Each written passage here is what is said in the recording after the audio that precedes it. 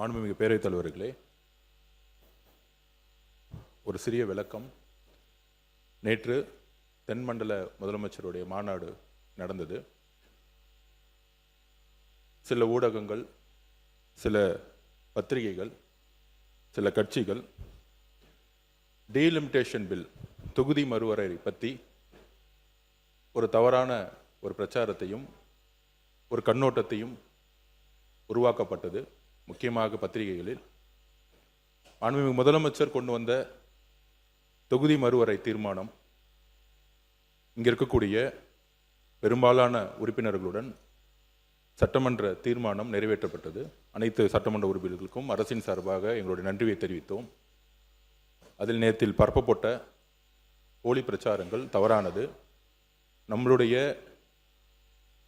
டீலிமிட்டேஷனுடைய கொள்கை, தொகுதி மறுவரையுடைய கொள்கை சட்டமன்றத்தில் தீர்மானத்தில் என்ன நிறைவேற்றமோ அரசும் முதலமைச்சரும் அதில் உறுதியாக இருக்கிறார். ஃபேர் டீலிமிட்டேஷன் தேவையில்லை, ஃப்ரீஸ் டீலிமிட்டேஷன் தான் தேவை. 543 உறுப்பினர்கள் கொண்ட அந்த நம்பரை நம்ம ஃப்ரீஸ் செய்யணும், ஒன்றிய அரசு ஃப்ரீஸ் செய்யணும். அடுத்த 25 வருஷங்களுக்கு ஒரு தனி சட்டம் கொண்டு வந்து உருவாக்கணுங்கிறது இந்த சட்டமன்றத்தில் நம்ம எடுத்த தீர்மானத்தில் மாண்புமிகு முதலமைச்சரும் சரி, இந்த அரசும் சரி உறுதியாக இருக்கிறதை இந்த அவையில் நாங்கள் பதிவு செய்கிறோம். பொதுப்பணித்துறை அமைச்சர்களுக்கு நீங்கள் அனைத்து சட்டமன்ற கட்சி வித்தியாசம் இல்லாமல் எங்களுடைய அலுவலகத்துக்கு உங்களுடைய தொகுதி குறைபாடு பற்றி எழுதி கொடுக்கலாம் என்று சொல்லியிருந்தீர்கள். இந்த சில உறுப்பினர்கள் அதை திங்கட்கிழமை மாலை வரைக்கும் அந்த நேரத்தை நீடித்து தருமாறு கேட்கின்றார்கள். அதை பற்றி மாண்புமிகு அமைச்சர் உறுதியாக திங்கட்கிழமை மட்டுமில்லை, செவ்வாய்க்கிழமை வரைக்குமே நம்ம நம்மளுடைய துறை இருக்கக்கூடிய சிஇஓ மற்றும் செக்ரட்டரிஸும் வெயிட் பண்ணிட்டு இருக்க ரெடியாக இருக்கும். நெடுஞ்சாலை, பொதுப்பணித்துறை, விளையாட்டு சம்பந்தமாக அனைத்து சட்டமன்ற உறுப்பினர்களும் கொடுக்கக்கூடிய கோரிக்கைகளை நிறைவேற்றுவதற்கு எங்களுடைய அலுவலக பணிகள். எதிர்கட்சி தலைவர் அவர்கள், பேரவைத் தலைவர் அவர்களே, நம்முடைய அமைச்சர் அவர்கள் நேற்று நடந்த தென் மாநில முதலமைச்சர்கள் மாநாட்டில் முதலமைச்சர் அவர்கள் ஆற்றிய உரை பற்றி பேசினார்கள். கடந்த 12ஆம் தேதி இதே சட்டமன்றத்தில் நாம் ஒரு அனைத்து கட்சி ஒத்துழைப்போடு ஒரு தீர்மானத்தை நிறைவேற்றிருக்கிறோம். அதில் மிக தெளிவாக 543 எம்பி சீட்ஸ், 543 எம்பி சீட்டை அப்படியே ஃப்ரீஸ் பண்ணணும் அப்படின்னு தான் அந்த தீர்மானத்தில் இடம்பெற்றிருக்கு. அந்த தீர்மானத்தை தான் நம்ம நிறைவேற்றிருக்கிறோம். ஆனால் நேற்றைக்கு நடந்த அந்த கூட்டத்தில் முதலமைச்சருடைய உரையில் இந்த 543 எம்பி சீட்டை ஃப்ரீஸ் பண்ண வேண்டும் அப்படின்னு எந்த இடத்துலையுமே இடம்பெறவில்லை என்பதை இந்த அவையினுடைய கவனத்திற்கு நான் எடுத்து வருகின்றேன். மாண்புமிகு சட்டத்துறை அமைச்சர். மாண்புமிகு பேரவைத் தலைவர் அவர்களே, சதர்ன் கவுன்சில் மீட்டிங்கில் இன்டர்ஸ்டேட் இஷ்யூ, சதர்ன் கவுன்சிலிங் மீட்டிங்கில் என்ன தேவையோ அது குறித்து மட்டும்தான் அங்கே பேச முடியும். ஏன்னா அது தவிர்த்து பேச முடியும். அது குறித்து நம்மளுடைய கருத்தை அங்கே வலியுறுத்தோம். அதில் என்னென்ன வேறு மாதிரியான கோணங்களில் திசை திருப்பி வெளியிடப்பட்டதால் உடனடியாக வெளியே நான் அப்போவே ப்ரெஸ் மீட்டில் இது அந்த நிலைப்பாடு குறித்து, தமிழக அரசின் நிலைப்பாடு குறித்து அப்போவே கிளாரிஃபை பண்ணியாச்சு. இது அதை கிளாரிஃபை பண்ணி கிட்டத்தட்ட 24 மணி நேரத்துக்கு மேலே ஆயிடுச்சு. இந்த தமிழக அரசுடைய நிலைப்பாட்டை அப்போவே கிளாரிஃபை பண்ணியாச்சு. பொதுப்பணித்துறை அமைச்சர் அவர்கள், அதுக்கான டிஸ்கஷன்ஸ் நேற்று வரலை. சொன்ன மாதிரி மாண்புமிகு அமைச்சர் சொன்ன மாதிரி அதுக்கான அஜெண்டாஸ் வேற. அதுக்காக தான் கிளாரிஃபை பண்ணுறது தான் எதிர்கட்சி தலைவருடைய உங்களுடைய நிலைப்பாடு என்னமோ பெரும்பாலான அனைத்து கட்சிகளுக்கு பெரும்பாலான நிலைப்பாடோ என்ன நிறைவேற்றமோ அதே அனைத்து கட்சிகளுடைய பெரும்பாலான நிலைப்பாடு என்னமோ அதே நிலைப்பாடில் நாங்கள் உறுதியாக இருக்கோம். இந்த அரசு உறுதியாகுங்கிறது பதிவு செய்கிறோம். முன்னாள் முதலமைச்சர் எடப்பாடி கே பழனிசாமி. மாண்புமிகு சட்டப்பேரவை தலைவர் அவர்களே, இந்த 25 ஆண்டுகள் டிசம்பரோட முடியுது. இந்த ஆண்டு டிசம்பரோட முடியுது. மீண்டும் மத்திய அரசு சட்டம் கொண்டாந்து எக்ஸ்டெண்ட் பண்ண தான் உண்டு. இல்லைன்னா புதிய மக்கள் தொகை கணக்கெடுப்பில் வந்தால் இப்போ இருக்கிறதோட நம்ம குறைஞ்சி போயிடும். இருக்கிற நாடாளுமன்ற உறுப்பினர் 39னா இப்போ இருக்கிற மக்கள் தொகை கணக்கெடுத்தால் குறைஞ்சி போயிடும். அதனால தான் மத்திய அரசாங்கம் இந்த தொகுதி மறுவரைக்கு பல கட்சியோடு பேச்சுவார்த்தை நடத்திட்டு இருக்கிறாங்க. அந்த அடிப்படையில் 1971 மக்கள் தொகை கணக்கெடுப்பில் எடுக்குவதற்கு மத்திய அரசு முயற்சி செய்து கொண்டு. பொதுப்பணித்துறை அமைச்சர் இல்லை, அதை ஒத்துக்கிறோம். டிசம்பர் முடிஞ்சிச்சுன்னா உடனடியாக அதுக்கான சட்டம் இருக்குன்னு. அந்த சட்டம் இந்திரா காந்தி அம்மையார் அவர்களும் சரி, பிஜேபியோடைய பிரைம் மினிஸ்டராக இருந்த வாஜ்பாய் அவர்களுமே ஒரு சட்டத்தை கொண்டு வந்து 25 வருஷம் எக்ஸ்டென்ஷன் பண்ணாங்க. அதுதான் வந்து அனைத்து நம் தமிழ்நாடு அரசும் வலியுறுத்துங்கிறத நாங்கள் இங்கே பதிவு பண்ணுறோம். உறுதியாக அனைத்து மாநிலங்களும் வலியுறுத்தும் பொழுது ஒன்றிய அரசு செவிசாய்க்குங்கிற நம்பிக்கை இருக்குங்கிறத நாங்கள் பதிவு பண்ணுறோம். மாண்புமிகு எதிர்க்கட்சி தலைவர். மாண்புமிகு எதிர்க்கட்சி தலைவர். பேரவைத் தலைவர்களே, இந்த டீலிமிட்டேஷன் விஷயத்தில் நாங்கள் தொடர்ந்து எங்களுடைய ஸ்டாண்டை நாங்கள் மீண்டும் இங்கே பதிய வைக்க விரும்புகின்றேன். எங்களை பொறுத்த வரைக்கும் ஏற்கனவே இந்த அசெம்பிளியில் பாஸ் பண்ண தீர்மானத்தின்படி 543 அப்படிங்கிற அந்த நம்பர் கண்டினியூ செய்யப்பட வேண்டும். அப்படி அதில் ஏதாவது மாற்றம் ஏற்பட்டால் ஏற்கனவே தமிழ்நாட்டுக்கு இருக்கக்கூடிய 7.18% ரெப்ரசன்டேஷன் அது குறையக்கூடாது, அது ஏறலாமே தவிர அது குறையக்கூடாது என்பதுதான் திராவிட முன்னேற்ற கழகத்துடைய நிலைப்பாடு. மாண்புமிகு முன்னாள் மாண்புமிகு பொதுப்பணித்துறை அமைச்சர் சொல்லுங்கள், அப்புறம் சட்டத்துறை, அப்புறம் மாண்புமிகு உறுப்பினர் தரேன், நான் வாய்ப்பு தரேன். நீங்கள் பதில் சொல்லு. மாண்புமிகு பேரவைத் தலைவர்களே, அதைத்தான் நாங்கள் ஏற்கனவே இந்த தீர்மானம் வரும்போது நாங்கள் சொன்னோம். இப்பொழுது 543 இருக்கிறாங்க. அதில் தமிழ்நாட்டுக்கு வீராச்சாரப்படி 7.18 இருக்குது. அதே போல தொகுதி மறையை வைக்கப்படுதும் தமிழகத்திற்கு 7.18 வீராச்சாரப்படி இருக்க வேண்டும் என்பதுதான் அனைத்து இந்திய அண்ணா திராவிட நிலைப்பாடு. மாண்புமிகு பொதுப்பணித்துறை அமைச்சர். இல்லை, இந்த பேரவைத் தலைவர்களே, இந்த டீலிமிட்டேஷனை பற்றி ஒரு 2 நிமிஷம் நான் பேசினோம். திமுகவோட நிலைப்பாடு மாறுற மாதிரி இருக்கு. 543 இல்ல, நான் பேசி முடிச்சிடுறேன், அதுக்கப்புறம் எதிர்க்கட்சி தலைவர் பதில் சொல்லட்டும். என்ன மாறுற மாதிரி விளக்கம் சொல்லுங்க. நான் பேசி முடிச்சிடுறேன், பேசி முடிச்சிட்டு எதிர்க்கட்சி தலைவர் பதில் சொல்லட்டும். மாறுற மாதிரி நீங்க சொல்லுங்க. பேசி முடிச்சிட்டு அதுக்கப்புறம் எதிர்க்கட்சி தலைவர் பதில் சொல்லட்டும். நம்மளுடைய குறிக்கோள் ஃபேர் இல்ல, 7.18 இருக்கணும், அப்படியே தான் இருக்கணும். ஆனால் 50% அதிகமாக கொடுக்கிறோம் அப்படிங்கிற ஒரு விஷயத்தை ஒன்றிய அரசு கொண்டு வந்தால் அதையும் நாம் எதிர்க்கிறோம் அப்படிங்கிறத அன்னைக்கு அவையில பதிவு பண்ணியிருந்தோம்.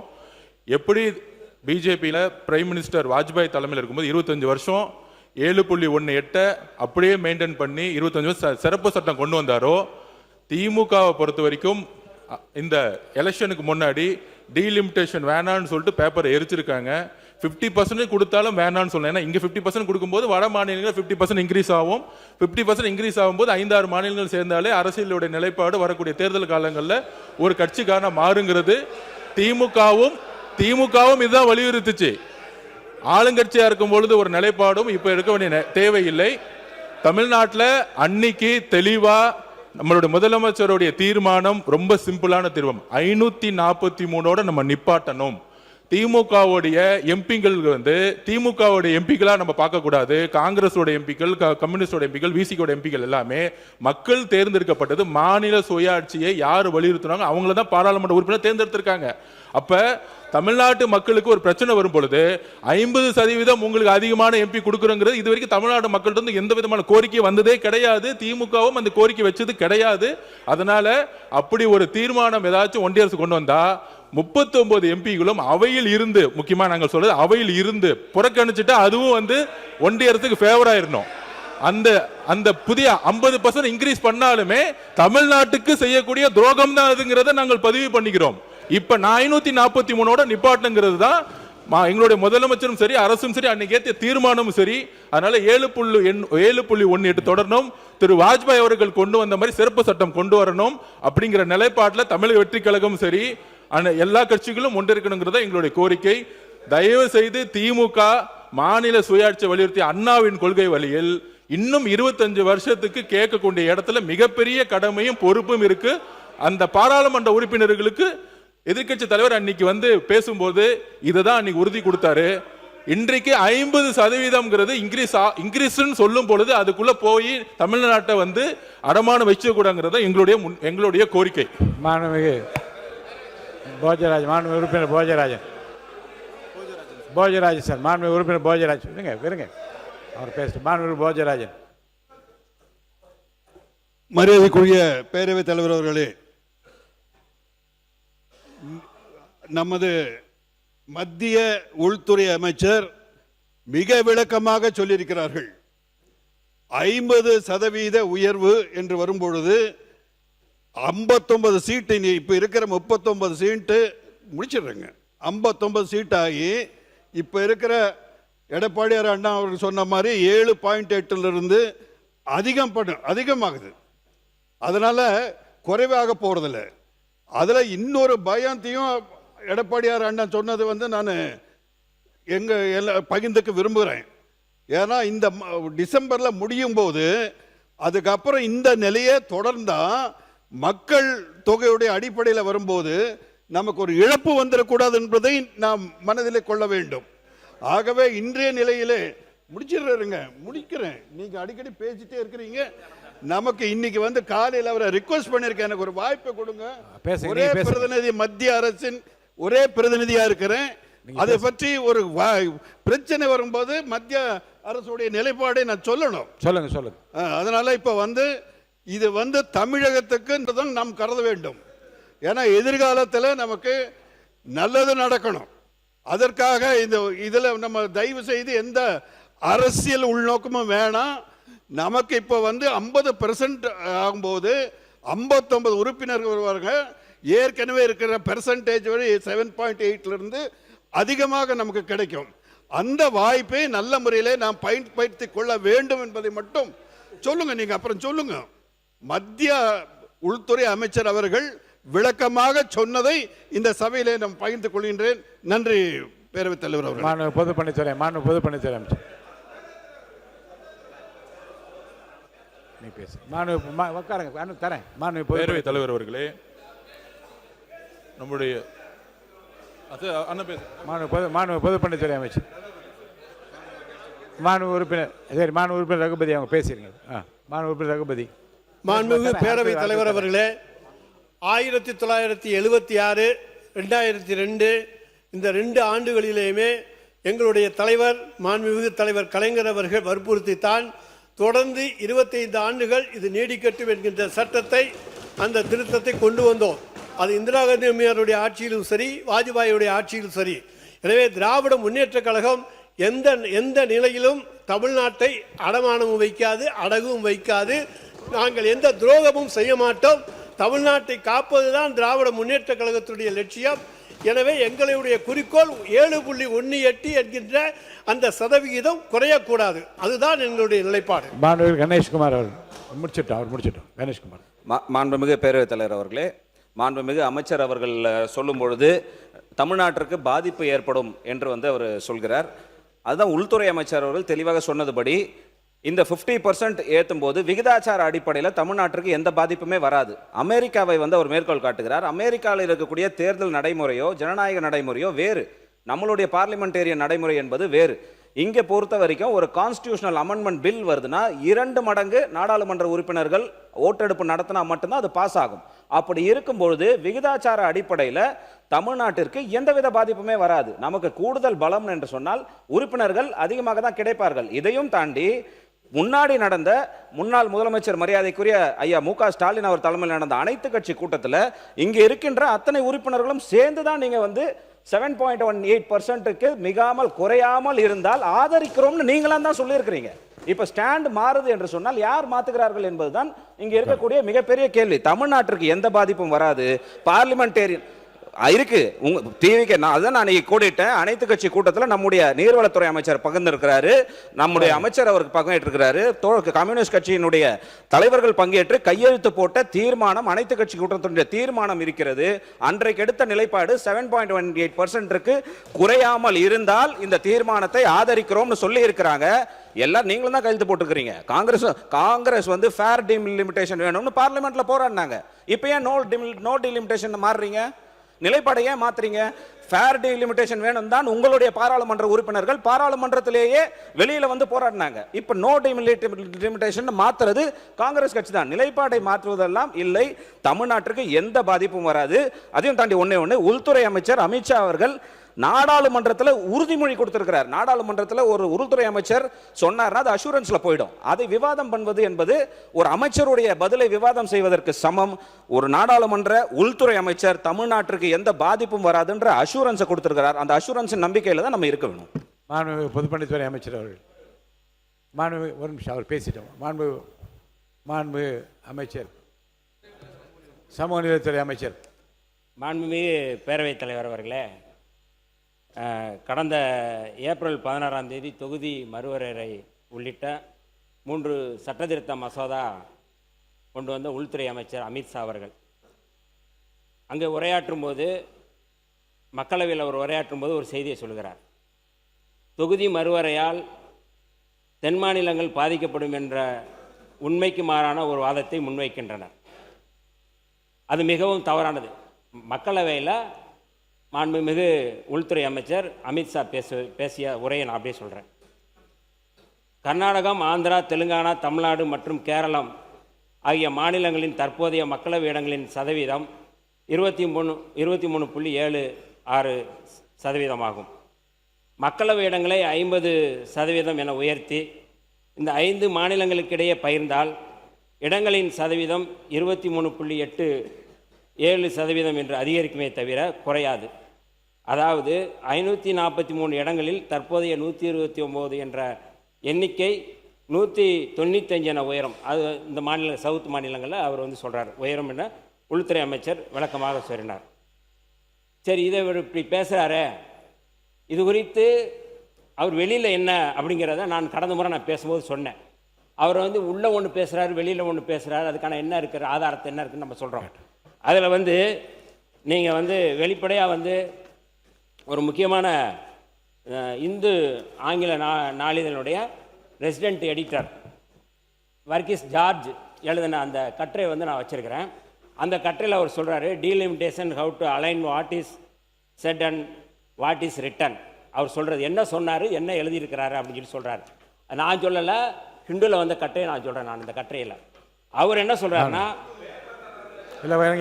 அவர் இல்லை இருங்க, நான் அவர் சொல்லி முடிக்கிறேன். இருங்க, கம்யூனிஸ்ட் சொன்னதை தான் நான் சொல்கிறேன். உட்காருங்க.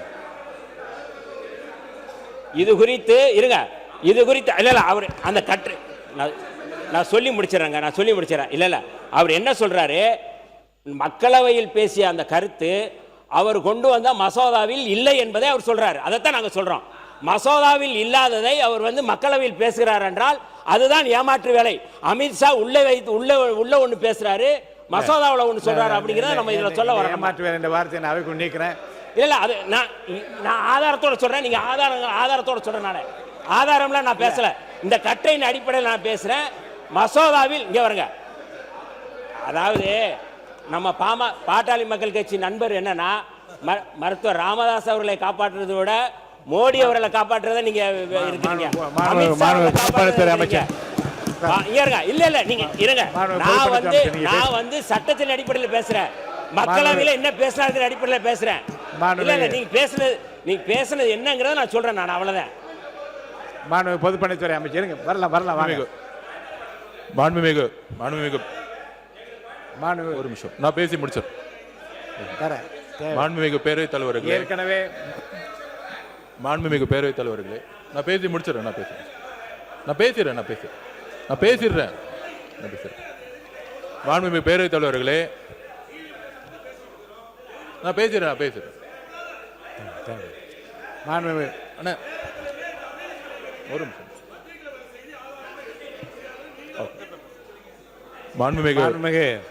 மாண்புமிகு பேரவைத் தலைவர்களே, முடிக்கிறேன். நம்மளுடைய அமைச்சர் சொன்ன கருத்துக்களை வந்து பிரதம மந்திரி பேரோ அது வந்து நம்ம வந்து எடுக்கலாம். அது தேவையில்லை. பேசிடுறேன். இல்ல சப்ஜெக்டுக்கு வந்துடலாம். ஒரு நிமிஷம் நான் பேசிடுறேன். உங்க சார்பாகவும் பேசிடுறேன். நான் பேசுறேன். அதாவது நான் பேசுறேன்.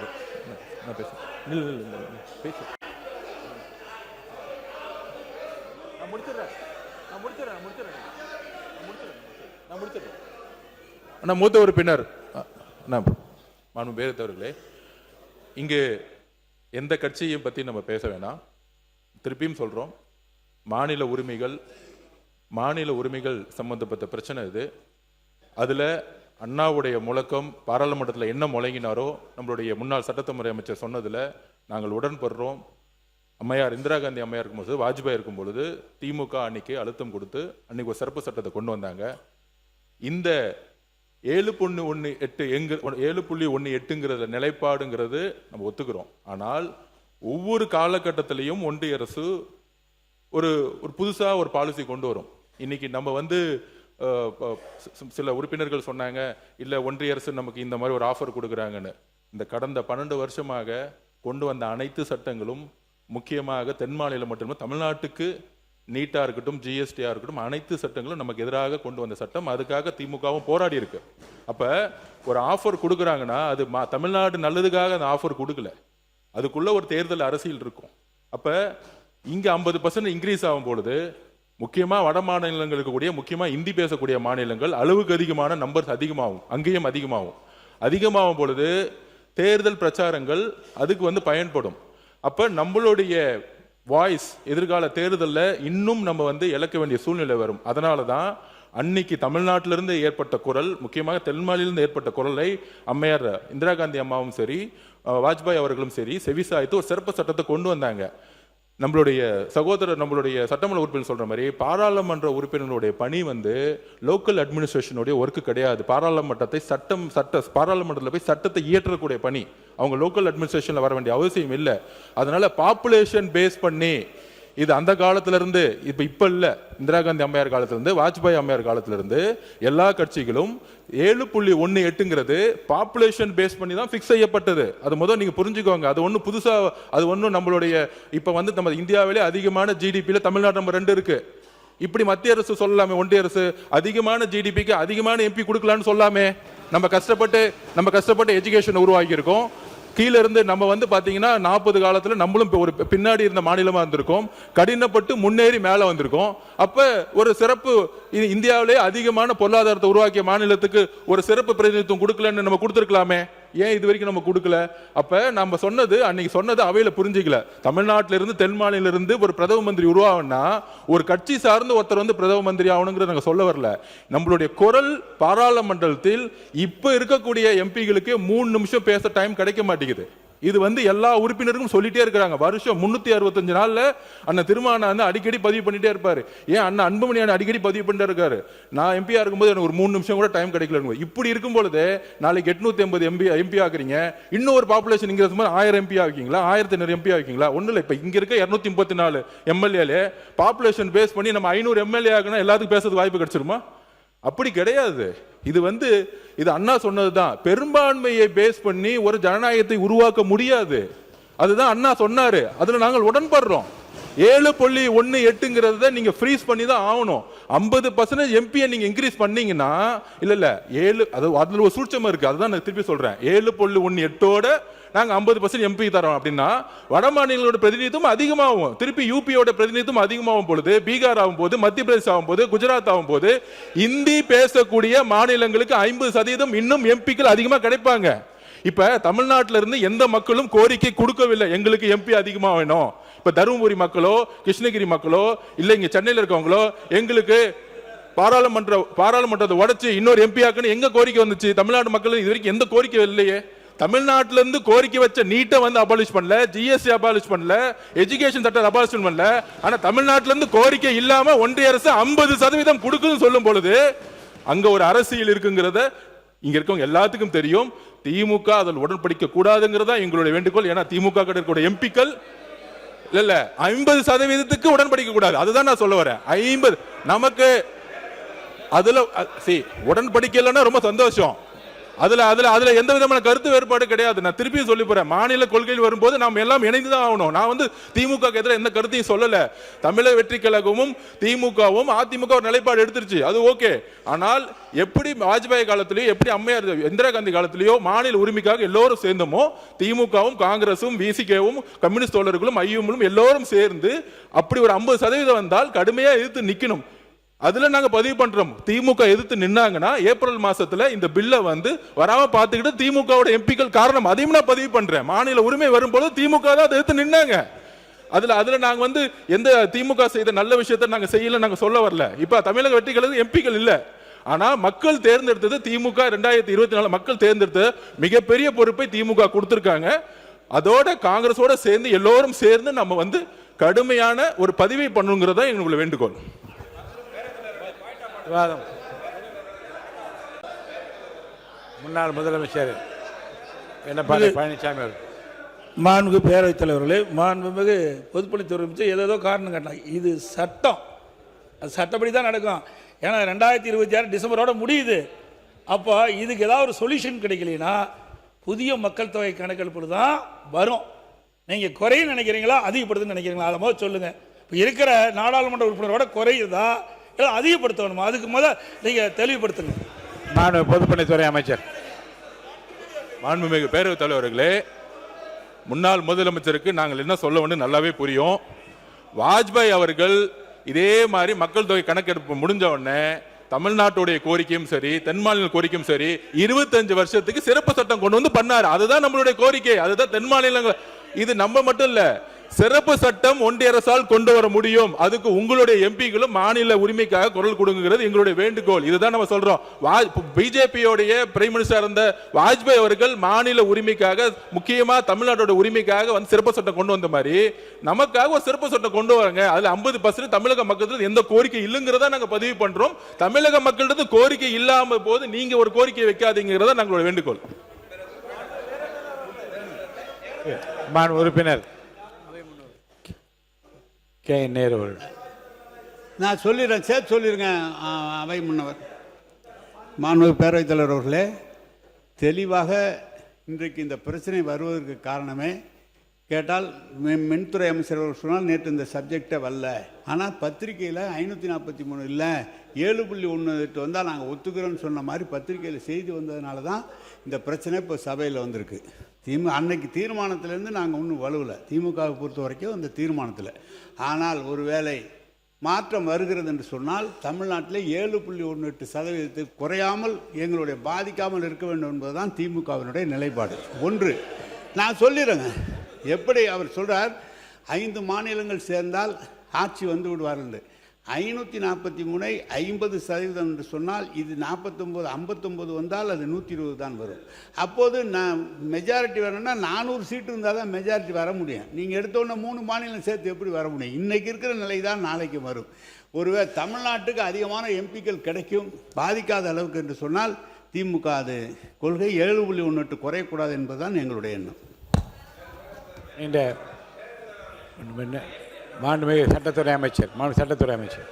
மாண்புமிகு பேரவைத் தலைவர் அவர்களே, இது நேற்றே வந்து இப்போ அதை திமுகவுடைய நிலைப்பாட்டில் தான் எங்கள் எல்லாருக்கும் சந்தேகமாக இருக்குது. ஏன்னா திரும்பவும் என்னன்னா இதுவரை ஒரு வார்த்தை கூட இந்த சட்டம் கொண்டு வரப்பட்டால் திமுக எதிர்த்து வாக்களிக்கும்னு ஒரு வார்த்தை கூட திமுக தரப்பிலிருந்து வரவில்லை. அது ஒரு முக்கிய விஷயம். ஏன்னா இதுவரை இந்த சட்டம் கொண்டு வரப்பட்டால் நாடாளுமன்றத்தில் நாங்கள் எதிர்த்து வாக்களிப்போம்னு ஒரு வார்த்தை, ஏன்னா இது ஒரு 10 நாளாக டிஸ்கஸ் பண்ணிட்டு வரோம், ஒரு வார்த்தை கூட நாங்கள் எதிர்த்து வாக்களிப்போம்னு இதுவரைக்கும் சொல்லவில்லை. அதுதான் எல்லாருக்கும் சந்தேகத்தை ஏற்படுது. மறைமுகமாக இவர்கள் யாருக்காவது ஆதரிக்கிறது இதுக்கான வெளிப்பாடுகள் இருக்காங்க. அவை முன்னவர் பொதுப்பணித்துறை அமைச்சர். போதும், அரசியல் பசப்பு வார்த்தைகள்லாம் வேண்டாம். ஒன்னே ஒண்ணுதான், 7.18 543 ஃப்ரீஸ். இவ்வளவுதான் நம்மளுடைய தீர்மானம். 50% ஆஃபர் கொடுத்தா மாண்புமிகு எதிர்க்கட்சியில் பதில் சொல்லணும். சட்டம்லாம் இல்ல, 50% வந்து சட்டம்லாம் கிடையாது. 50% சட்டம் கிடையாது.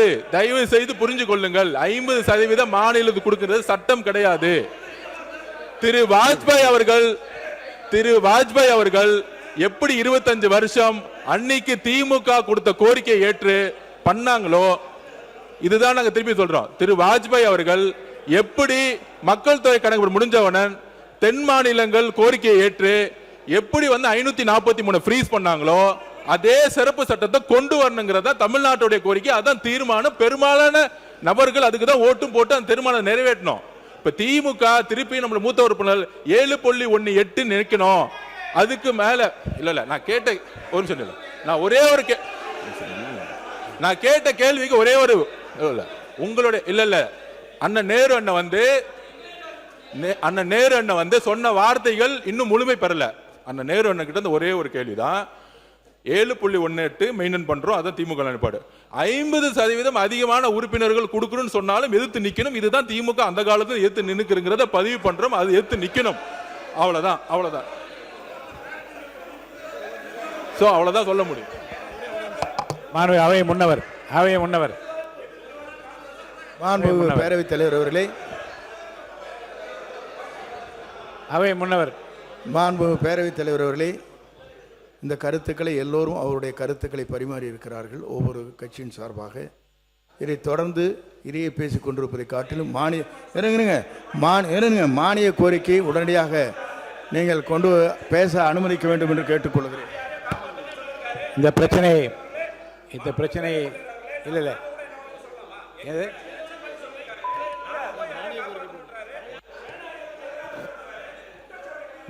மாண்புமிகு அமைச்சர் உட்காருங்க. ஏற்கனவே அரசின் சார் மாண்புமிகு இல்லை இருங்க, நீங்கள் உட்காருங்க. சமநிலை அமைச்சர் சுற்றுலாத்துறை அமைச்சர் பேசிட்டோம். மாண்புமிகு பேரவைத் தலைவர் அவர்களே, போறாங்க, உட்காருங்க. இந்த தொகுதி மறுவரையை பற்றி நம்ம ரொம்ப நாளாக பேசிட்டு இருக்கோம். கடந்த அரசாங்கமும் ஒரு சில நிலைப்பாடுகளை எடுத்தாச்சு. ஆனால் எங்களை பொறுத்தவரையில் 543 பாராளுமன்ற தொகுதிகள் தான் இருக்கணும். ஏன்னா தமிழகத்தை பொறுத்தவரையில் நீங்கள் மக்கள் தொகை கட்டுப்படுத்தணும்னு சொன்னீங்க, கட்டுப்படுத்தி இருக்கோம். இன்னைக்கு தமிழகத்திலிருந்து அதிகமான வரியை மத்திய அரசாங்கத்துக்கு நம்ம கொடுக்குறோம். ஆனால் அங்கிருந்து யானை அளவு நம்ம கொடுத்தா வால் அளவு தான் நமக்கு நிதி இன்னும் இங்கே கிடைக்குது. அதனால 543க்குள்ளாலே அதை முடிக்கணும். அதுக்கு மேலே 50 விழுக்காடு கொடுத்தாங்கன்னா அதில் இங்கே இருக்கக்கூடியவங்க ஏதாவது தவறு செய்தா தமிழக மக்கள் அந்த அநீதி விளைத்ததாக தான் நினைப்பாங்க, மன்னிக்க மாட்டார்கள். மாண்புமிகு உறுப்பினர் கணேஷ்குமார் இருங்க, பாயிண்ட் அவர் ஒழுங்க. அவர் ஏன்னா அவர் கட்சியை பற்றி ஒரு குற்றச்சாட்டுன்னு சொல்றாரு, அவருக்கு வாய்ப்பு கொடுக்குற மாண்பு உறுப்பினர் கணேஷ்குமார். நிறைய சொல்லணுமா? முடிச்சிடுறீங்களா? நான் அதுக்கப்புறம் கூட சொல்றேன். மாண்புமிகு சமநிலைத்துறை அமைச்சர் சுருக்கமா கருத்து சொல்லுங்க. இல்லை, மாண்புமிகு பேரவைத் தலைவர்கள், நான் சொன்னதை திசை திருப்புன்ற வேலையில் தான் செய்கிறாங்க பாஜகவும் பாமகவும் சேர்ந்து. ஏதை நான் சொல்கிறேன் அப்படின்னா, இல்லை நான் அதாவது மக்களவையில் பேசிய மாண்புமிகு உள்துறை அமைச்சர் அந்த மசோதாவில் சொல்லப்படுகின்ற செய்தி அதில் இல்லை. மசோதாவில் சொல்லப்பட்டது வேறு, அவர் பேசியது வேறு அப்படிங்கிற செய்தியை தான் சொல்கிறேன். அதில் நான் ஆதாரமாக ஹிண்டுவில் வந்ததை நான் சொல்கிறேன். நான் அதில் ரொம்ப முக்கியமாக மக்கள் தொகை இல்லை, நான் சொல்கிறேன் இருங்க, நான் படிச்சிடறேன். என்னை படிக்க விடுங்க. மக்கள் தொகை கணக்கெடுப்பு அடிப்படையில் தொகுதி மறுவரையறை ஆணையம் மாநிலங்களுக்கான தொகுதிகளை வரையறுக்கும் என்றுதான் மசோதாவில் சொல்லப்பட்டிருந்ததை தவிர அமித்ஷா அவர்கள் விளக்கியபடி 50% உயர்வு என்பதெல்லாம் எங்குமே இல்லை என்று தான் சொல்லியிருக்கிறாங்க. இதுதான் என்னுடைய கருத்து. எப்படி நான் முடிக்கிறேன். மாண்புமிகு கணேஷ்குமார் உட்காருங்க. மாண்புமிகு பேரவைத் தலைவர் அவர்களே, யாரையும் காப்பாற்ற வேண்டிய சூழ்நிலையில் பாட்டாளி மக்கள் கட்சி இல்லை. சரி, இன்னும் சொல்ல வேண்டும் என்று சொன்னால், எங்களுடைய நிறுவனர் மருத்துவர் ஐயா அவர்கள் தான் தமிழ்நாட்டிலேயே அதிக அரசியல் அடக்குமுறைக்கு உள்ளாகப்பட்ட தலைவர் எங்களுடைய நிறுவனர் மருத்துவர் ஐயா. அதையெல்லாம் ஒவ்வொரு காலகட்டத்திலையும் பாட்டாளி மக்கள் கட்சியை தடை செய்யணும்னு சொன்ன காலமெல்லாம் உண்டு. அதுல இருந்து மீதி தான் வந்திருக்கிறோம். நாங்க இந்த நாட்டினுடைய அரசியலமைப்பு சட்டத்தை காப்பாற்றப்பட வேண்டும். ஏன் அதற்கு முதல் நாள் நீட்டுக்கு கொண்ட அந்த தீர்மானத்துக்கு ஆதரவாக தானே இருந்தோம். யாரை காப்பாற்றுறதுக்கு இருந்தோம்? தமிழ்நாட்டுடைய உரிமையை காப்பாற்றுறதுக்கு தானே நீட்டுக்கு ஆதரவாக நாங்கள் இருந்தோம். காவேரி பிரச்சனையில் வந்தப்போ நாங்கள் யாருக்கு ஆதரவாக இருந்தோம்? அதே பிஜேபிக்கு எதிரான நிலை தானே நாங்கள் எடுத்தோம். இது பொறுத்தவரை நாங்கள் சொல்வது என்னவென்று சொன்னால், மாண்புமிகு அமைச்சர் சொல்வது போல கோரிக்கையெல்லாம் எழுவதல்ல. மக்கள் தொகை கணக்கெடுப்பின் அடிப்படையில் தொகுதி வரையறுப்பு செய்யும் என்றால் பாட்டாளி மக்கள் கட்சி எதிர்க்கும், உங்க கூட தான் நிற்போம். மக்கள் தொகை அடிப்படையில் வந்ததுன்னா நமக்கான பாதிப்பு ஏற்படும், நம்மளுடைய குறையும். 100% அரசு கொண்டு வர தீர்மானத்துக்கு ஆதரவாக தான் நாங்கள் இருப்போம். நாங்கள் சொல்வது என்னவென்று சொன்னால், இது யாரை கேட்டு வர்றதெல்லாம் இல்லை. சட்டம் வருவது என்றால் காலாவதி ஆகும்போது மறுவரை. இப்போ உள்ளாட்சி தேர்தல் வரப்போகுது, உள்ளாட்சிக்கு 10 வருஷத்துக்கு ஒரு தடவை மறுவரை கேட்கணும். எந்த உள்ளாட்சியில் கேட்டாங்க? எந்த உள்ளாட்சியில் எங்களுக்கு மறுவரை பண்ணுங்கன்னு யார் கேட்டா? யாரை கேட்கல. சட்டம் காலாவதி ஆகும்போது மறுவரை என்பது தானாக நடக்கும். 7.18% வரும்பொழுது எந்த பாதிப்பும் இருக்காதுன்னு அவங்களுடைய தலைவர் மரியாதைக்குரிய திருமாவளவன் அவர்கள் அனைத்து கட்சி கூட்டத்தில் சொல்லியிருக்காரு. இப்போ அமித்ஷா சொன்னது வெளியில ஒன்று சொல்றாரு, உள்ள ஒன்று சொல்றாருன்னா, அவர்களுடைய தலைவர் அன்னைக்கு தீர்மானத்தில் எடுத்த நிலைப்பாடு ஒன்று, இங்க சட்டமன்றத்தில் எடுக்கின்ற தீர்மானம் என்பது வேறு. இங்க இரட்டை தீர்மானம் எடுக்கிறது யாருன்னா, இப்ப தென் மாவட்டத்திலிருந்து தென் மாநிலத்திலிருந்து வரணும்னா தேவகவுடா வந்திருக்கிறாரு, நரசிம்மராவ் வந்திருக்கிறாரு. இவங்க எல்லாம் தென் மாநிலத்திலிருந்து வந்த பிரதமர்கள் தான். தென் மாநிலத்திலிருந்தும் இதுக்கு முன்னாடி பிரதமர் வந்திருக்கிற நிலைப்பாடுகள் என்பது உண்டு. நீங்கள் வேண்டுமானால் உங்கள் கட்சியை காப்பாற்றிக் கொள்வதற்கு நீங்கள் நிலைப்பாடை மாத்திக்கலாமே தவிர பாட்டாளி மக்கள் கட்சி என்றைக்கும் எங்கள் நிலைப்பாடை நாங்கள் மாற்றிக் கொள்வதில்லை. அன்னைக்கு தீர்மானத்தில் என்ன நிலைப்பாடு எடுத்தோமோ அதே நிலைப்பாடு தான் இருப்போம். விடுதலை சிறுத்தைகள் வேண்டுமென்றால் உங்கள் அரசியலையும் கட்சியும் காப்பாற்றிக்கிறதுக்கு வேலை நிலைப்பாடு எடுங்க. இந்த பிரச்சனை இந்த போதும் போதும் இல்லை இந்த பிரச்சனை இல்லை இல்லை இல்லை தொகுதி மறுவரை பொறுத்த வரைக்கும் ஏற்கனவே அரசின் சால் தீர்மானம் நிறைவேற்றப்பட்டிருக்கிறது. அதில் பல கருத்துக்களை உறுப்பினர் சொல்லியிருக்கின்றீர்கள். எந்தெந்த கட்சி என்னென்ன முடிவு எடுக்கப் போகுது என்பதை நான் காலத்திற்கு விட்டு விடுகிறேன், அப்போது பார்த்து கொள்ளலாம். பத்திரிகையில் இருங்க, ஒரு படிச்சிடறேன் இருங்க, முக்கியமாக ஒன்று படிச்சிடுறேன். இந்த பத்திரிகை ஆதாரம் கொடுக்குறாங்களா, அதை பற்றி படிச்சிடுறேன். பத்திரிகையிலே பல விஷயங்கள் வருகின்றன. ஒவ்வொரு உறுப்பினரும் அதை பற்றி பேச வேண்டும், இங்கே அவையிலே விவாதிக்க வேண்டும் என்று கொண்டு வந்தால் சரியாக அமையுமா என்பதை நீங்கள் மனதிலே வைத்துக் கொள்ளுங்கள். அதை அடிப்படையாக கொண்டே இந்த பேரவை உறுப்பினர்கள் அவர்களை விவாதிக்க சட்டமன்ற விதியின்படி அனுமதி தருவதற்கு வழிவகை இல்லை. மரபுகளும் அதனை ஆதாரமாக ஏற்க முடியாத நிலையில் இருக்கின்றன என்பதனையும் தெரிவித்து, கடந்த 16 சட்டமன்றங்களிலேயும் இதே முறைதான் பின்பற்றப்பட்டிருக்கிறது. அந்த பேரவைத் தலைவர்கள் எல்லாம் இதே முறைத்தான் பின்பற்றி இந்த அவையை நடத்தியிருக்கிறார்கள். அந்த நடைமுறையே நானும் பின்பற்றி அந்த மரபின்படி பத்திரிகை செய்தியில் ஆதாரமாக வைத்து இங்கு பேசுவது ஏற்க முடியாத நிலை உள்ளதாலும், ஏற்கனவே இந்த தீர்ப்பை உறுதி செய்து மரபு கடைபிடிக்கப்பட்டிருப்பதாலும் இந்த செய்தியை ஆதாரமாக கொண்டு இந்த பிரச்சனையை இங்கே விவாதிக்க இயலாது என்று தீர்ப்பளிக்கிறேன். மாண்புமிகு உறுப்பினர் கே நேரு அவர்கள். மாண்புமிகு அமைச்சர், சுற்றுலாத்துறை அமைச்சர் காங்கிரஸ் கட்சியினுடைய நிலைப்பாடை பற்றி சொன்னார். நாடாளுமன்றத்தில் காங்கிரஸ் வேணுகோபால் அவர்கள் தான் 50% உயர்வுக்கு சட்ட ரீதியான அங்கீகாரம் கேட்டு டீலிமிட்டேஷன் பில்லை சேர்க்க கோரினார். உங்களுடைய தலைவர் வேணுகோபால் அவர்கள் தான். உள்துறை அமைச்சரும் டைம் கொடுங்கள், நான் சேர்த்து மசோதாவை தாக்கல் செய்கிறேன் என்று பதில் சொல்லியிருக்கிறார். எனவே உங்களுடைய வேணுகோபால் அவர்கள் தான் கேட்டிருக்கிறார். உறுப்பினர் சொல்லுங்க சொல்லுங்க. மாண்புமிகு பேரவைத் தலைவர் அவர்களே, நாடாளுமன்றத்தில் எங்களுடைய கட்சியினுடைய தலைவர் எழுச்சி தமிழர் தொல்காப்பியன் திருமாவளவன் அவர்கள் என்ன பேசினாரோ அதைத்தான் நான் இங்கே சுட்டி காட்டுகிறேன். பாஜகவினுடைய செயல்பாடுகள் எந்த அளவுக்கு அரசியலமைப்பு சட்டத்துக்கு எதிராக இருக்கிறது. நீங்க முத்தலாக் சட்டமா இருக்கலாம், அல்லது வக்ஃப் வாரிய திருத்த சட்டமா இருக்கலாம், எந்த சட்டமா இருந்தாலும் நான் சொல்றேன், அதை எதிர்த்து பேசக்கூடிய இயக்கம் விடுதலை சிறுத்தைகள். நான் சொல்லிடுறேன், நீங்க அனுமதிக்க இயலாது.